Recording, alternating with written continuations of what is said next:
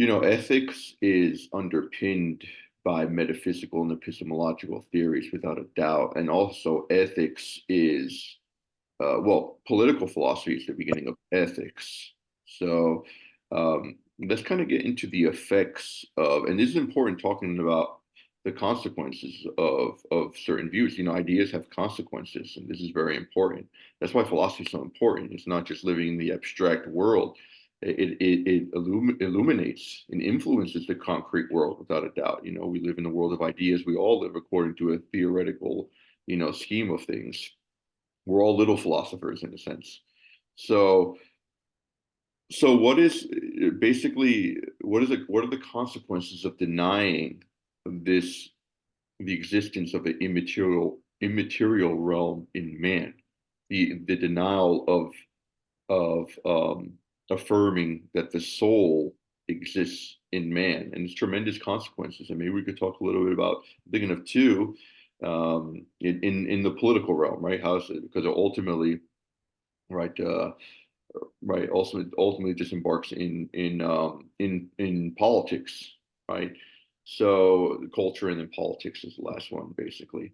So really, what's going on here, and it's almost like an anti-human type of political realm where you have, with more classical political theories, like liberalism, conservatism, even socialism. You have pro-human political theories, but with environmentalism, at least in this strong aspect, you have a very staunch anti-humanism, right? Where to the very minimum, within strong environmentalism, you seek the equation of non-human entities, equation in dignity, and human entities, kind of they're equal.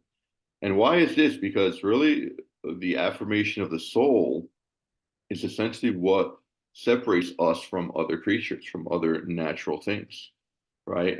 Because of the effects of the soul, the immortality of the soul, and this gives man certain transcendence. This is the basis of his dignity, the basis of his primacy, right? Man is the greatest, the culmination of creation. Well, we won't use creation for those who don't believe in it. That's another topic for later, but we can say the culmination of nature, of natural things, is man, right? And it has to be affirmed explicitly in this immaterial element and immaterial and immortal, which I would say go hand in hand, element in man. Because if not, there is no, the whole grounding problem. We can't affirm anything with the grounding. For there is no ground, right? So with these environmentalists, and you're seeing this, this radical promotion of, like, going back to the indigenous way of life, or even going back to the Stone Age, right? This is explicitly wanted, where we go back to uh, these times where people worshipped nature, right? And this has always been seen within the Judeo-Christian mindset as a distortion of man, right? As the antithesis of Christianity. Thank God for Christianity. It was really able to affirm the dignity of man, and uh, and show nature its place. And nature is good, but nature is given to man. Now, of course, we have to conserve. We have to respect it. We can't just use up resources, waste in a wasting manner. But there's this separation between man and nature, where nature is not divinized. Nature, there is no, there's no animism. The soul is not in things, but it is in man, right? Who sees things, who only man is created in the image and likeness of God. And I forget who it was, but there's an atheist philosopher who said, even if this weren't true, this is a beautiful doctrine, and really would be will solve the problem of the grounding issue, right? To help really societies flourish, to affirm the basis of rights for man, individual rights, right? Even communal rights. That very ancient um, battle, we can say, in politics between collectivism and individualism. That will mean nothing without affirming, what is even the basis of rights, right? So now, we're seeing this turning towards environmentalism, which is having its religious strain, right? It has a certain religious bent, I should say, akin to the Eastern religions, right? And what's really interesting to this is that the fact that man is a moral creature, and I think this is self-evident, right? And even the in the civil court system, we punish man for his um, for his evil actions. And sometimes that punishment can be used to educate man or as a deterrence, like to put a man in jail. We don't put tigers in jail. So we know that man's a moral creature. But what environmentalism does, and AI does also, it it it sees man because he's moral, not in the positive aspect, but in the negative aspect, meaning that man is capable of evil, therefore man is evil. And there's truth to that. The premise is true that we are capable of evil, but we're also capable of good, right? So man is not the Satan of the earth, precisely because he has this soul, precisely because of who he is, right? We can't just judge in the past, the tremendous current events that tend to focus on, negative events like the world wars and all this, which environmentalism does. It preaches a kind of flimsy, superficial love. But we also have to focus on the goodness of man in himself. Right? That's very important because we cannot have ethical or political goodness without affirming this metaphysical good in man, which can only be the immutable, right, and immaterial aspect to this element in him, which is the soul. But you want to go on and take it which way, if you want to talk about the AI or environmentalism, or feel free to. Yeah. Yeah, no, there's a lot of things that were brought up. Maybe we could try to tie it together by talking a little bit about what we do know, it seems, as it concerns individuality and its healthy development, and also in connection with um, some of the things you mentioned, such as uh, radicalization in the arena of politics and group involvement and such. So we say that whatever be the ultimate answers to these inscrutable riddles of individuality, we can kind of start with where we're at and observe that in order to progress as a would-be self, as a would-be individual, in the higher connotations of the terms, I have to overstep my self-centeredness and my egoism and my self-idolatry. Normally, the baby already has self-will. My way or the highway. Nah, right, I'm cold, I'm hot. You know that, I'm sure. All right, the baby has self will from the beginning. Now, that self will, excuse me, converts typically into egoism. Me, such and such individual that is better than some, worse than others, such and such. Now, that, excuse me, throat. Now, that egoism then typically is the center of my world. I am self centered. And consequently, it tends to convert into self idolatry. There's no higher reality than me, myself, and I, and my egoism. And that's how I live life. And I serve self. I worship at the dark altar of self. Now, that self, it can get very pricey to continue to sustain my self idolatry, right? Because if I'm my own idol, if I'm supposed to be perfection, well, I'm supposed to be the best. I'm supposed to be the most intelligent. I'm supposed to be the most beautiful, the most successful, just the best. When I see that I'm not, right, perhaps I have a bad deck of cards as it concerns my looks, my intelligence, my success in life, right? It gets very dark and scary for me. And I have the impulse to throw out my egoism, my self idolatry into something else that is a little bit bigger than myself, but that ultimately permits me to continue to worship myself in a somewhat devious and unclear form. And that's where, for example, radical movements in politics and all these kinds of groups would come in. Right? So, for example, I can no longer worship myself as this nice face because maybe it's not so nice, as the successful person because maybe I'm not so successful, as this wealthy person because maybe I'm not so wealthy. but I still want to worship myself because I'm still unregenerate ethically, right? So I go and I find a target that relates right back to me, such as the politics or the other group or the this or the that, and then I begin to worship it. Right? And now perhaps I don't have egoism. Perhaps my ego is gone, but I'm in an even worse spot than I was before because my goal is to really truly find myself. My goal is to really truly attain to self consciousness and be reality centered with a capital R, not self centered. So if I transmute my self centeredness into any one of these, again, devious little forms, I've become, whatever the ism is, this kind of ism, that kind of ism, this and that. I played myself, and we see that when a person has been so radicalized, good luck doing anything with them, right? Somebody has joined the cult that promises them supreme success and happiness. Right? Good luck. Right? Somebody has joined the radical movement. Good luck speaking and reasoning with this person.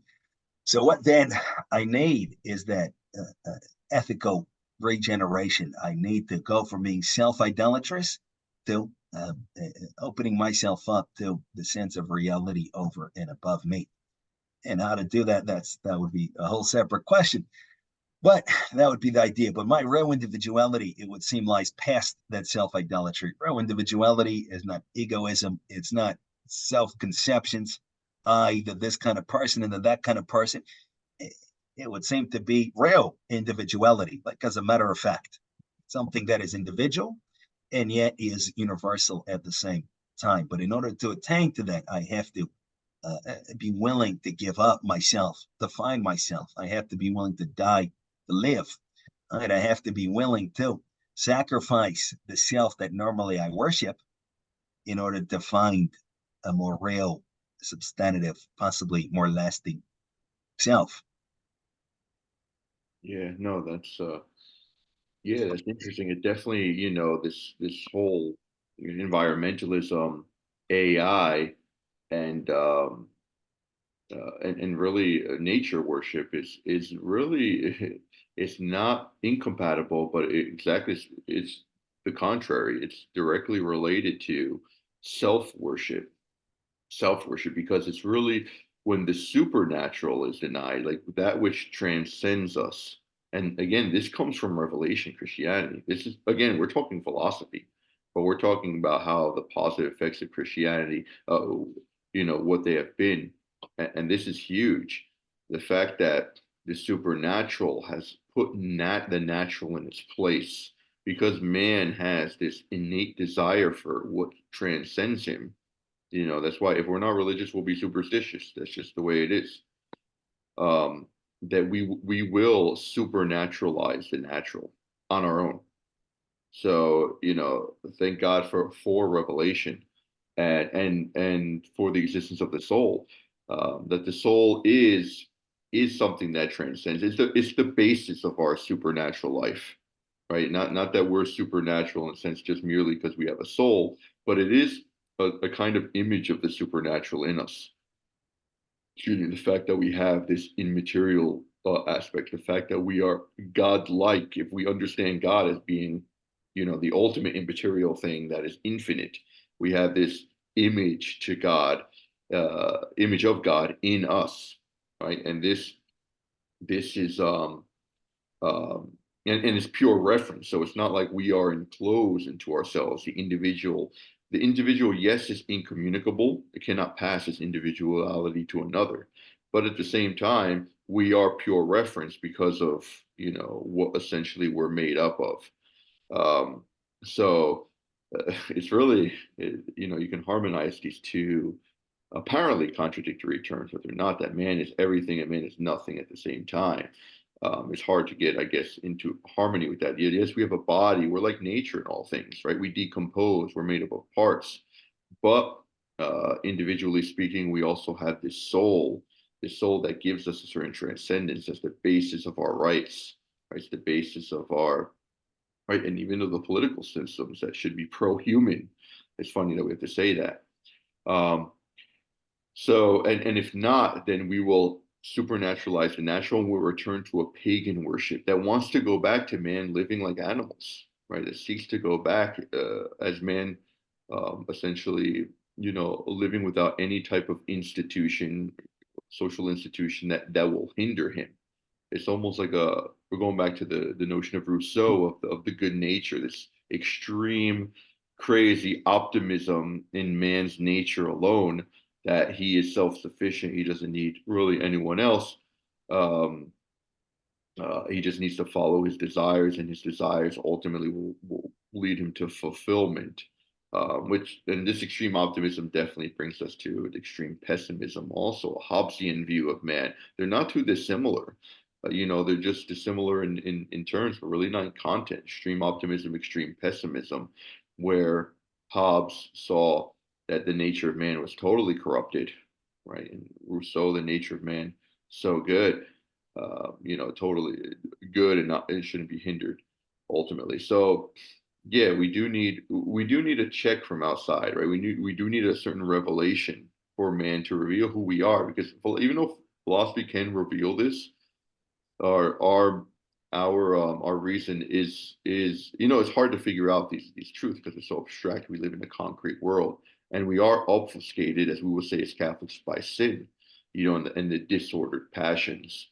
So Christianity is definitely the way, and it elucidates man and shows the dignity of the individual in the end. But I'll give you the last word if you want to say a lot of low points there. Yeah, you have a couple minutes. Yeah, yeah. Well, great points. Um, that idea of the noble savage of, Mhm. say, Rousseau is preposterous, I would say. It's Very common we today. don't need to speculate much. We can go visit an uncontacted tribe today. We shouldn't do that. That would be probably a very stupid thing to do, as some people have found out. Well, we could. And the fact is that in such lower stages of civilization, individuality cannot and will not rise above a very low level. All right. So we see, for example, interestingly enough, let's say that I'm a farmer and I have 10 cows, 20 cows. I can learn to distinguish them for sure, physically and also temperamentally. This cow is the one that is a little bit more aggressive, less aggressive.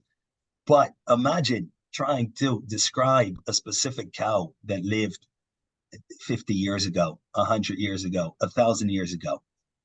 What are you going to say? All right. Oh, the cow was really extra, nice. What can you say? Because the individuality of animals cannot rise much above the corporal level. They're corporally distinguished. Here's one cow, here's another cow.